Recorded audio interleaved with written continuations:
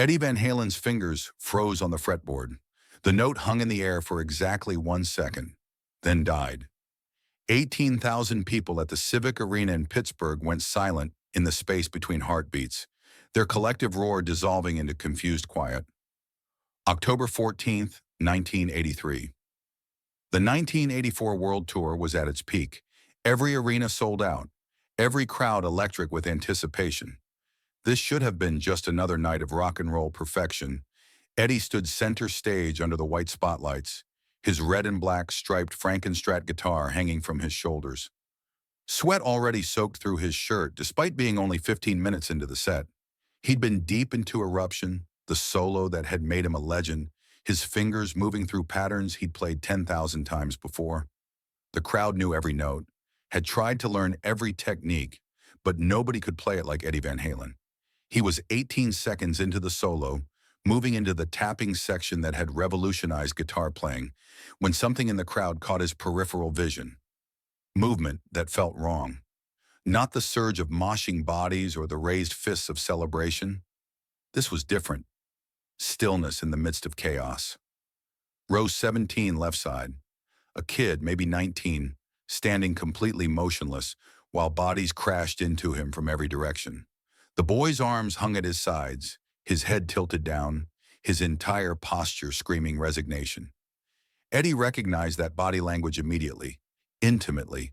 He'd seen it in bathroom mirrors during his darkest drinking binges, felt it in his own bones during the nights when the pressure of fame felt like drowning in slow motion. The way the kid's shoulders curved inward, protecting nothing. The way his face remained expressionless, even as strangers slammed into him. Eddie had stood exactly like that in hotel bathrooms, letting scalding water beat down on him while he calculated how many pills it would take, how much alcohol he'd need to chase them with, how long it would take for Alex to find him. The recognition hit Eddie like a physical blow to his chest. This wasn't just another fan caught in the crush of bodies. This was someone who'd already given up, someone who didn't care what happened to them, maybe even wanted to get hurt. Eddie's hand lifted from the guitar strings. The silence that followed was shocking, wrong, like the moment between lightning and thunder when the world holds its breath. Alex Van Halen kept drumming for 2 more beats before realizing his brother had stopped. David Lee Roth spun around, surprised, his microphone still in hand. Michael Anthony's bass line faltered and died. Eddie walked to the front microphone, his footsteps echoing through the suddenly quiet arena.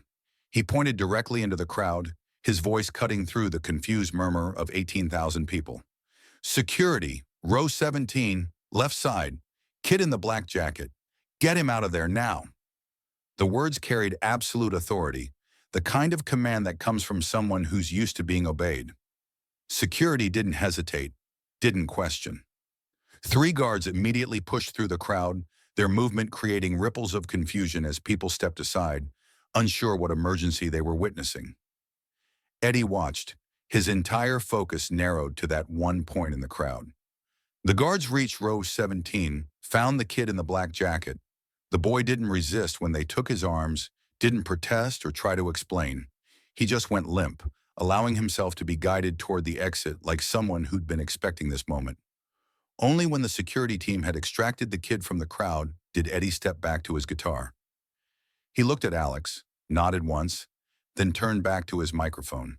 "All right," he said, his voice steady but carrying an undertone that anyone who really knew Eddie would recognize. "Where were we?"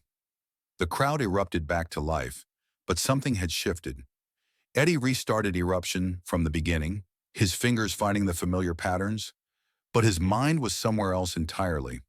Somewhere in the medical tent behind the stage, where that kid was probably sitting right now, wondering what had just happened to his carefully laid plans. Because Eddie knew, with the terrible certainty of someone who'd been there himself, that the boy in row 17 hadn't come to this concert just to watch Van Halen play. He'd come to die. The realization took Eddie back to a night 3 years earlier, when he'd stood in his own bathroom with a bottle of pills in one hand and a bottle of Jack Daniels in the other, calculating whether he had the courage to end the pressure, the expectations, the grinding loneliness that fame had brought him. The same dead expression he'd just seen in row 17, had been staring back at him from his own reflection. Alex had found him that night, sitting on the bathroom floor with the pills scattered around him, too drunk to coordinate the simple action of swallowing. His brother had dragged him to the hospital, then to treatment, then through the long process of rebuilding from the inside out. But Eddie remembered the feeling, the way pain could telescope down to a single point where death seemed like the most logical solution to an impossible problem. The show continued for another hour and 20 minutes. Eddie played every song perfectly, his muscle memory carrying him through solos and riffs while his conscious mind wrestled with what he'd witnessed. Between songs, during the brief moments when David Lee Roth bantered with the crowd, Eddie found himself scanning the audience, looking for other faces wearing that same expression of surrender. The stage lights felt hotter now, more oppressive. Every note he played seemed to echo the question: how many people in this crowd were fighting battles nobody else could see? How many had come here tonight carrying pain that felt too heavy to bear? Eddie's fingers moved through familiar chord progressions, but his thoughts were miles away, in dark bedrooms and bathroom mirrors, and all the places where people went to contemplate ending their stories before they were finished. The crowd cheered at all the right moments, sang along to the choruses, raised their fists during the guitar solos.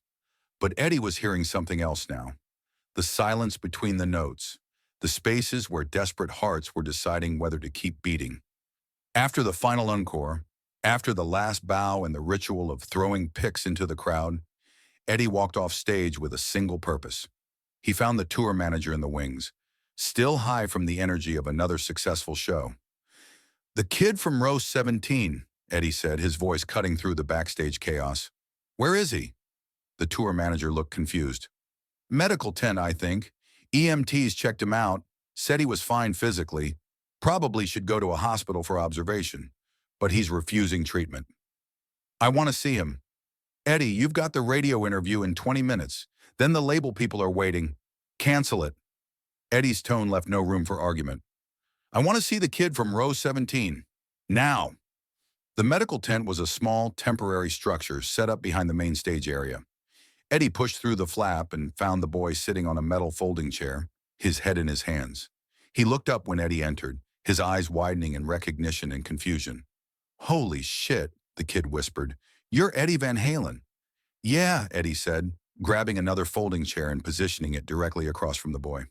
"That's me. What's your name?"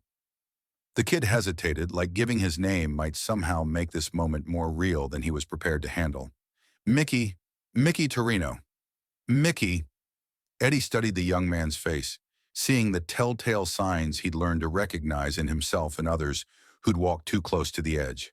"You okay?" "I'm fine," Mickey said automatically. "I don't know why they pulled me out. I was just watching the show." Eddie leaned forward slightly, his voice gentle but direct. "Mickey, I'm going to ask you something, and I need you to tell me the truth. Did you come to this concert tonight planning to die?" The question hung in the air between them like a live wire. Mickey's face went pale, then flushed, emotions cycling through confusion, fear, and finally something that looked like relief. "How did you—" Mickey's voice cracked. "How could you possibly know that?" "Because I've been there," Eddie said simply. "Different circumstances, same feeling. The way you were standing in that crowd, arms down, not protecting yourself, just letting people slam into you." "I know that look, Mickey. I've seen it in mirrors." For a long moment, neither of them spoke. The distant sound of roadies breaking down equipment filtered through the tent walls, the normal aftermath of a concert. But inside this small space, time seemed suspended. "I brought pills," Mickey finally whispered. "Figured if I was going to do it, at least I'd go out listening to music I actually cared about. Van Halen was the only thing that still made me feel anything." Eddie felt something crack open in his chest, a recognition so profound it was almost painful. "Tell me what's happening, Mickey. What brought you here tonight?" The story came out in fragments, each piece landing heavier than the last. Mickey was 19, working a job he hated to help support his mother after his father had walked out. College wasn't an option, dreams felt impossible, and every day was just another version of the same crushing routine. The girl he'd been dating had left him for someone with better prospects. His friends were all moving on with their lives while he felt stuck, invisible, worthless. But it was more than that, Mickey explained through broken sentences. It was waking up every morning and feeling like he was suffocating, like the air itself was too thick to breathe. It was looking at his reflection and seeing someone he didn't recognize, someone he didn't want to be. It was the way his mother looked at him with disappointment she tried to hide, the way conversations stopped when he entered rooms, the way he'd become a burden everyone was too polite to acknowledge. I just wanted it to stop, Mickey said, tears starting to track down his cheeks. All the pressure, all the disappointment. I figured nobody would really miss me anyway. Eddie was quiet for a moment, processing not just what Mickey was saying, but what he wasn't saying. The specific kind of despair that comes from feeling like you're living someone else's life, trapped in expectations that feel impossible to meet. Mickey, Eddie said finally, I need you to understand something. The pain you're feeling right now, it's real, it's legitimate, and it's also temporary. He paused, choosing his words carefully. I know it doesn't feel temporary. It feels permanent, like it'll never end, but it will change. Maybe not today, maybe not next week, but it will change. You know what won't change? Being dead. That's permanent. That's forever. Eddie reached into his pocket and pulled out one of his guitar picks, the black ones with white stripes that matched his famous guitar. He held it out to Mickey. I want you to keep this, and every time you think about giving up, about ending it, I want you to look at this pick and remember that Eddie Van Halen stopped a concert for you. Stopped the music, stopped everything, because your life mattered enough to interrupt 18,000 people. Remember that somewhere out there, a man with a guitar believes you're worth saving, even when you don't believe it yourself. Mickey took the pick with shaking hands, staring at it like it was something precious and impossible. But why? Mickey asked. Why do you care? You don't even know me. Because nobody's life should end at 19, Eddie said. Because you came here tonight planning to die, but you're leaving here alive, and that has to mean something. They talked for another 20 minutes. Eddie gave Mickey phone numbers, resources, people to call when the darkness felt too heavy. He made Mickey promise to flush the pills he'd brought, to see a doctor, to tell someone what he was feeling. The tour moves on tomorrow, Eddie said as they prepared to leave the tent. But you don't move on alone. You call those numbers, you get help, and you remember that on October 14th, 1983, someone thought your life was worth stopping the music for. Mickey left the Civic Arena that night carrying a guitar pick and a phone number. Eddie left carrying something else, the understanding that his own pain, his own battles with darkness, could be transformed into light for someone else. Years later, Eddie would scan crowds differently, looking not just for the faces of fans enjoying the music, but for the faces of people who needed the music to stop. He never interrupted another concert, but twice more on that tour, he had security quietly check on audience members who looked like they were carrying too much weight. Word spread among the crew, whispered stories about Eddie's uncanny ability to spot trouble in a sea of faces. But Eddie knew it wasn't uncanny at all. It was simply the recognition that comes from having been in that dark place yourself, the way someone who's nearly drowned can spot another person going under from a mile away. The stage became different for Eddie after Pittsburgh. Not just a platform for performance, but a watchtower, a place where he could see over the crowd and into the hearts of people who thought nobody was looking. The story of Row 17 became legend among the crew, though Eddie never spoke about it publicly. But privately, in quiet moments with his son Wolfgang, he would talk about Mickey Torino and the night he learned that sometimes the most important thing a musician can do isn't play another note. Dad, Wolfgang asked once, did Mickey ever call those numbers? 3 times, Eddie said. First time was the next day, scared but alive. Second time was a month later, getting help, doing better. Third time was 6 months after that. Thanked me. Said he was glad he didn't die that night. Do you still talk to him? No. Last I heard he was married, had kids, working as a counselor, helping other people who feel like he felt that night.